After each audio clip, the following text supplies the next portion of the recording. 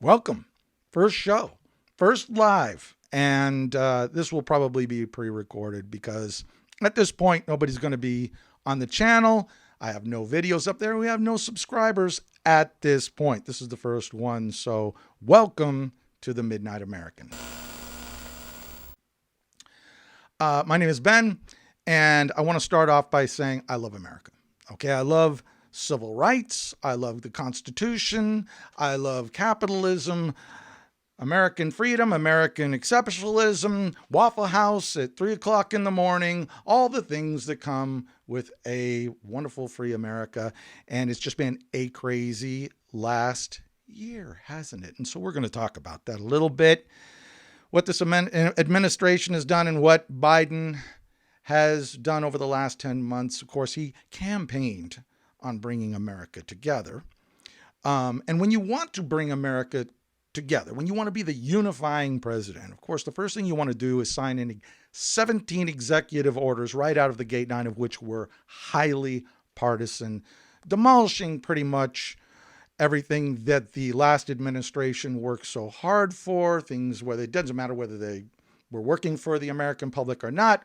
We're just going to wipe that off the board, and that's going to unify everybody, right? Look, these are not failures.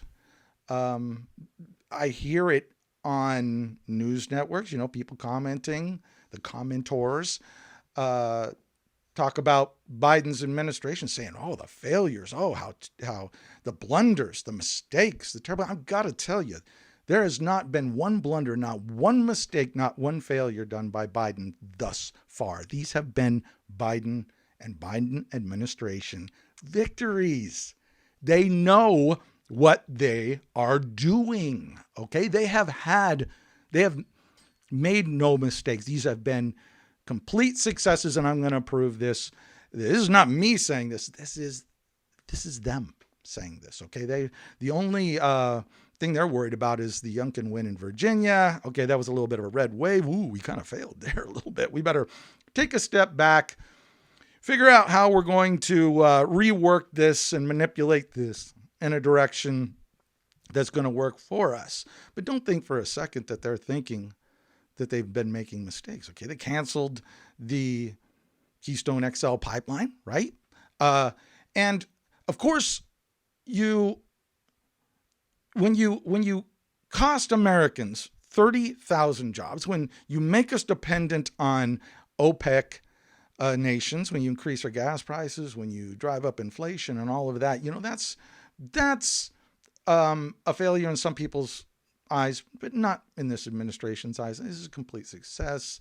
The whole vaccine rollout. Now, I can't talk about that, right? I can't use verbiage here on YouTube and some of these platforms, of course, to be able to start taking away our civil rights, and in this case, the right to freedom, where we have to begin is someplace where we can actually get away with it and say, well, this is a private company, so therefore, doesn't matter whether or not it's the platform in which everybody trades ideas, and then a lot of the communication happens, and we all know what platforms we're talking about, but I've got to use special language. I'm going to use vacuum cleaners, the cute little language here, to say, the whole vagueness of the rollout of the vacuum cleaner, movement, we'll just call it, okay? The authoritarian campaign that they've used to make sure everybody has a vacuum cleaner.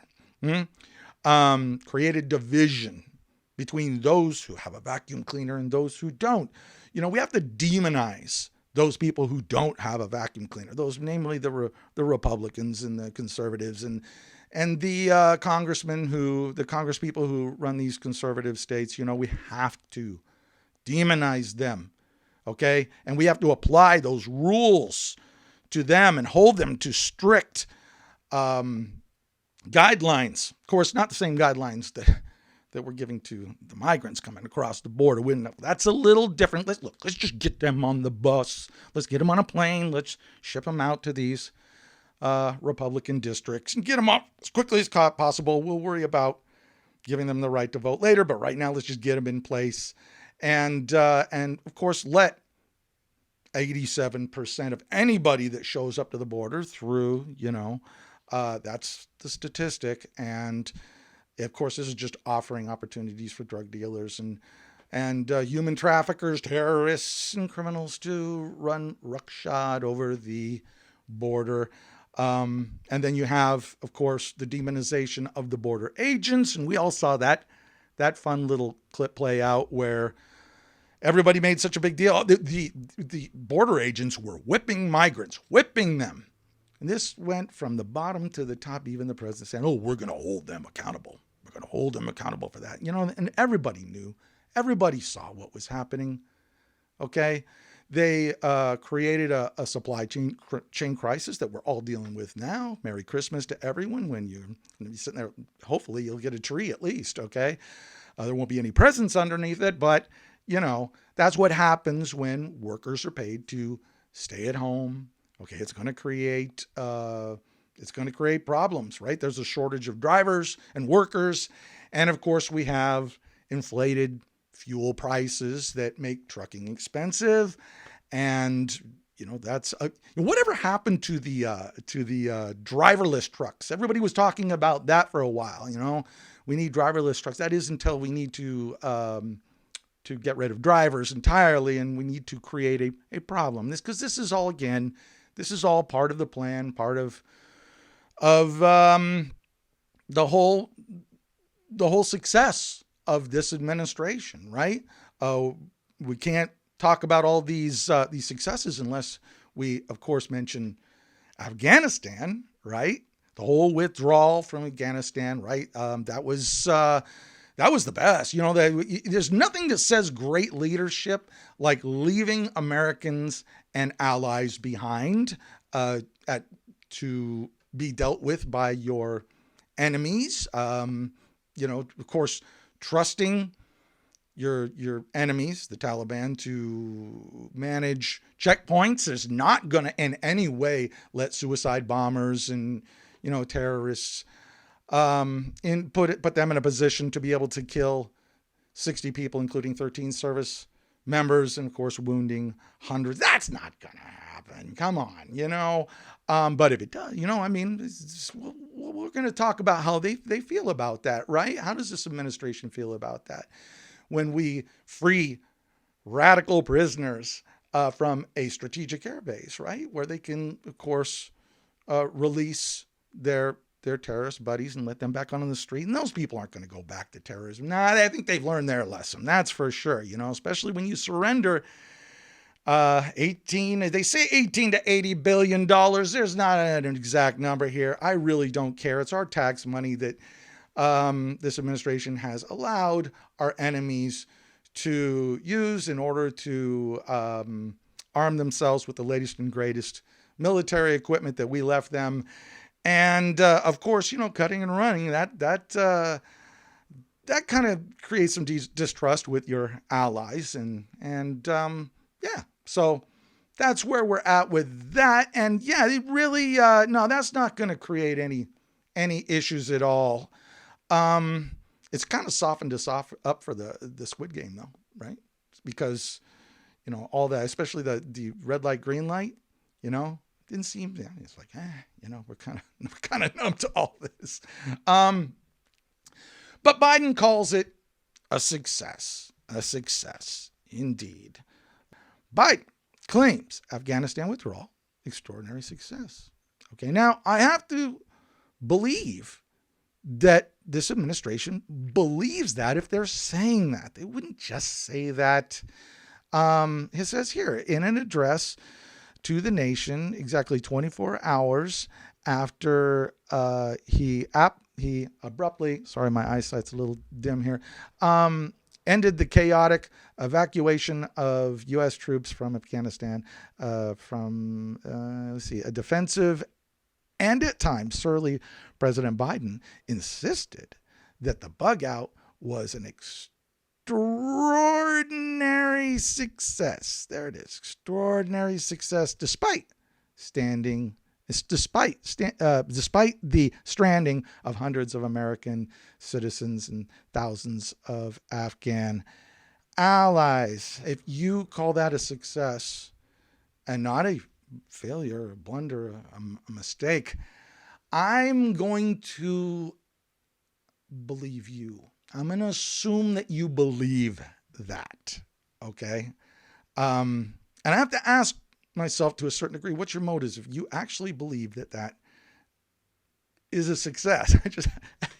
It kind of blows my mind a little bit, trying to get my mind around why would that be? And I look, I'm a veteran. I take this very seriously and I take it personal. I also take personal when you say that white supremacy is one of the worst problems that we face in America next to climate change. Let's see, where it is, back from June 10th, 21. And President Biden warned during a speech to the American troops in England that global warming presents the greatest threat to the United States. Global warming, but... And you know, you got to put it next to the worst problem, the even worse problem that we have, according to the intelligence community. Terrorism from white supremacy is the most lethal threat to the homeland today, Biden said. Not ISIS, not Al-Qaeda, white supremacists. And I have to think that if you said it, you know, it's right there. And we all remember it. You know, it's not like I got to show this, right? But if you think that this is one of the worst problems that we face in America, if you think that anyone who is, you know, my color is inherently racist and a lethal threat, I have to believe that you think that. Okay, you have said it, and I have to think that you believe that. You're not bullshitting. You're saying it the way you really see it. I think you're kind of missing one little important point. I'll talk your language. Look in the mirror. Okay? I tend to think a little bit different. Maybe it's a bit controversial, but I love all races, cultures, genders. I have many friends that are all different races, all different genders, and I just don't see it the same way. And I love them all. Okay, you know what I don't love? You know, as a matter of fact, what I really despise is charlatans and instigators and manipulators who use white supremacy and all this climate alarmism to solve these intangible, unmeasurable, and unachievable, really, goals, because they're ambiguous. You can't achieve something if you really don't have a defined measure of when you've actually achieved it, right? These are BS problems. And the great thing about a BS problem, the really great thing about it is all you need is a BS answer. And they know it. They know it. And the best part of that is you can put whatever price tag you want on it. Maybe even trillions. You know, real problems, the problems that really touch us in our own lives, the clear, obvious, measurable, solid, perceivable problems. Okay, they have, we can see the solution. We can see that there is a solution, a budgeted solution. We can budget it down to the dollar. And it has like a point of passing or failing or achievement or success we can see that's real, right? Okay. So what I want to do now that I've kind of gone through that, and I just wanted to lay down just where I'm, the position I'm coming from. I don't want to bullshit you guys. I want to let you know that I'm not really liberal, not really conservative. I'm somewhat probably identify more libertarian, but it really doesn't matter where things sway. I can tell when something is common sense and when it's not, and when it's complete BS that's being dished out. So how do you tell? Because I don't want this just to be bitch sessions and all of that. We will be talking more about current events and all of that. But for now, I want to talk about understanding when you're hearing BS and when you're not, and how to recognize it when it's being dished out. Okay, because when somebody is trying to scam you and BS you, okay, they will keep it ambiguous and vague. There's going to be no clear lines of measure, really, so you can't really tell where you're at in the scale. Okay, questions other than what somebody just decides.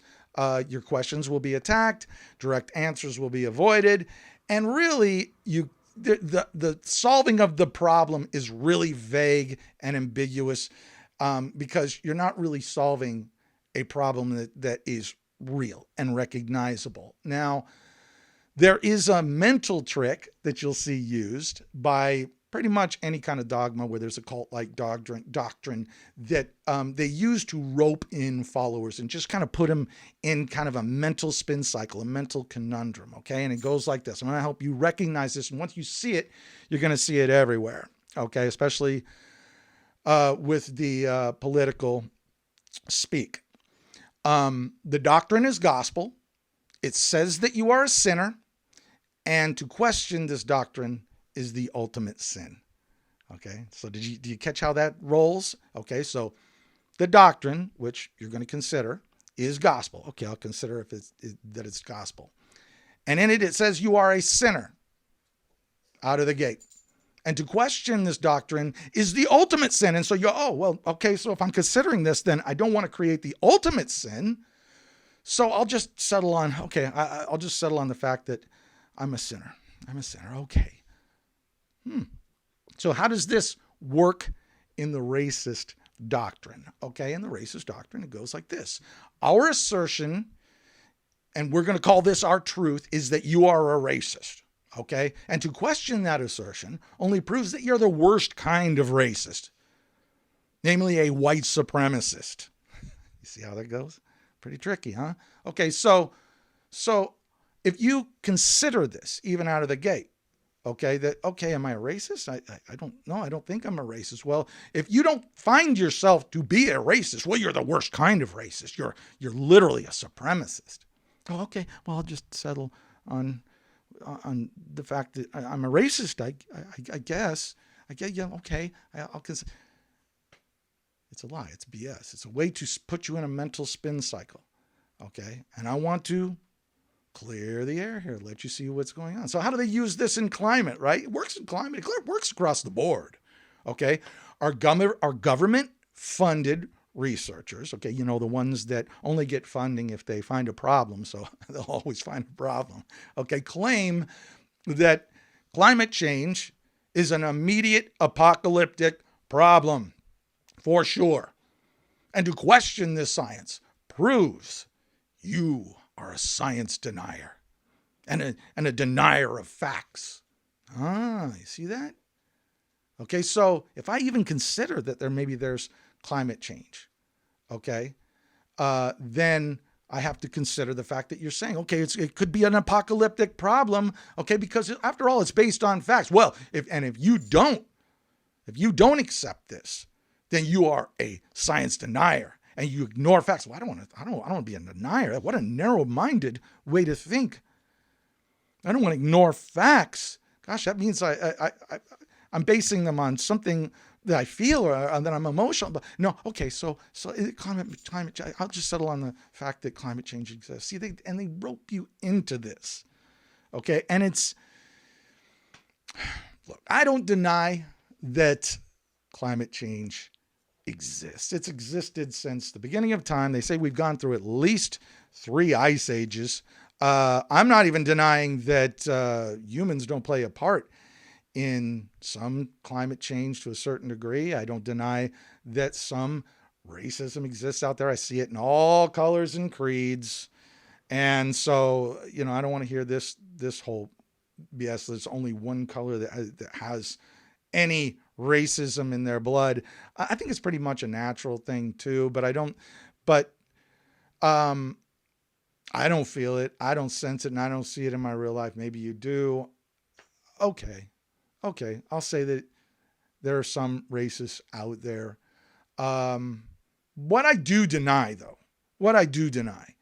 is the degree of urgency and impending doom, unless We give Democrats trillions of dollars to spend at will, okay, to fix these problems, these ambiguous problems. And again, where's the point of measurement? How do we know when we fixed it? We don't. We can just continue to throw money at it till the end of time. And can we stop this? Probably not. Not at this point. Not when the government has so much control and power and it's so one-sided. But I just want to make one thing clear. They know what they're doing. Okay? Don't be fooled. That's the main point that I want you to see, the little tricks, the ways that we can be manipulated if we kind of let our guard down.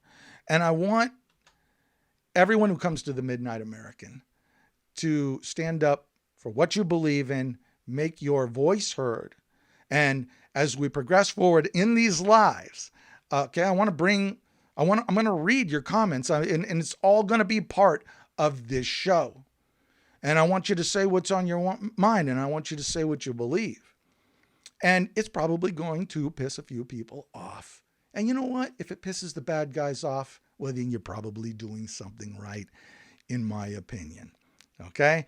So this is the first episode. There's going to be more coming until next time. Okay, I want you to subscribe to the YouTube channel. I know there's not going to be anything up there right now, but for the time being, just follow me and on Facebook, and also know that I do have a Patreon and a Subscribe Star, and it will help to support this channel moving forward.